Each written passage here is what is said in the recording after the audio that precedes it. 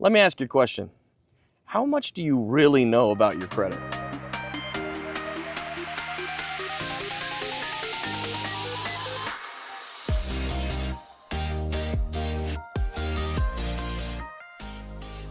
Most people think their credit score is just a random number that affects their loans, but it's so much more than that. Your credit impacts your ability to buy a home, get a car, start a business, rent an apartment, even get a job sometimes. Here's the kicker. It's better to have good credit and not need it than to need good credit and not have it. Today I'm going to break it all down for you. What makes good credit score, how to fix bad credit, and what to do to keep your credit in tip-top shape. So, hit that like button, subscribe, let's dive in. So, what makes a good credit score? Most people don't actually know what affects their credit score. Here's the breakdown. 1, payment history. About 35% of your credit score is made up by this. So, pay your bills on time. This is the biggest factor in your credit score. A single late payment can drop your score a lot. Number 2, credit utilization. This is about 30% of your credit score. How much of your available credit are you using? That's what this is. Keep it under 30%, ideally under 10%, to show lenders that you can manage debt responsibly. Number 3 is credit age. This is about 15%. The longer your accounts have been open, the better. So don't close old credit cards, even if you don't use them. Number 4 is credit mix. This is about 10%. This is having different types of credit cards, auto loans, mortgages. This shows lenders that you can manage multiple financial responsibilities. Number 5, new credit. This is also 10%. Opening too many accounts too quickly can make lenders nervous. Space out new credit applications. That's what you need to do here. Your credit score is basically your financial reputation, and lenders are looking at these 5 things before deciding if they even trust you. Now, how to improve bad credit? If your credit score isn't where you want it to be, which I get, don't panic. You can fix it. First thing you want to do is dispute any errors on your credit report. Pull your credit report. You can get a free one on annualcreditreport.com. Next, check for mistakes, wrong balances, accounts that aren't yours, incorrect late payments.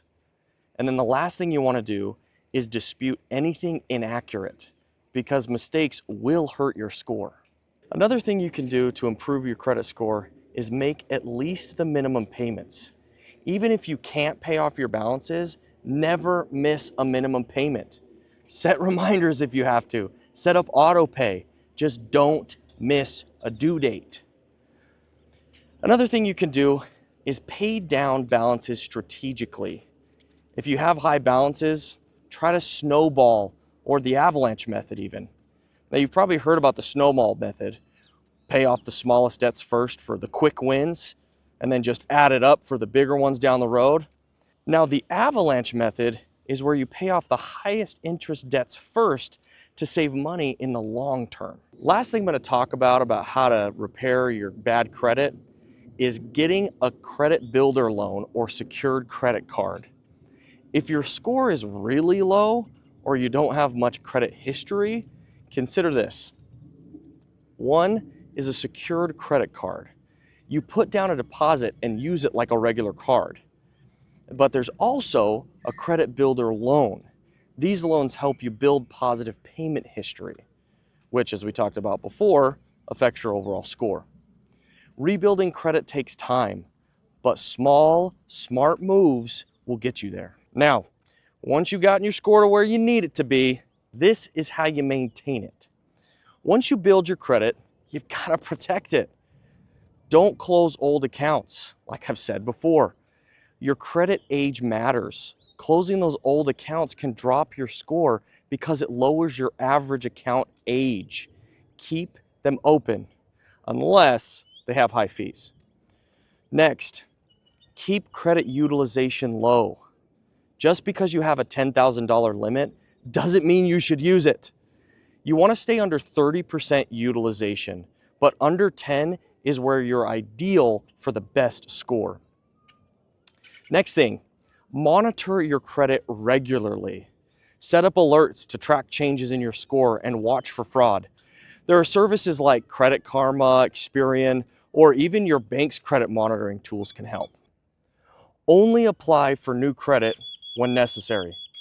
Every time you apply for credit, it creates a hard inquiry. Too many of these will drop your score. Be strategic. Only apply when you actually need it. Last of all, never co-sign unless you're 100% sure. When you co-sign a loan, you are responsible for that debt, even if the other person doesn't pay. If they mess up, your credit score gets wrecked too. So look, guys, your credit score isn't just a number. It is a powerful tool that can open doors or shut them right in your face. Key takeaway, it's better to have good credit and not need it than need good credit and not have it. Now, I want to hear from you. Which of these tips surprised you the most? Drop a comment below. Hit that like button, subscribe for more financial tips, and I'll see you in the next one.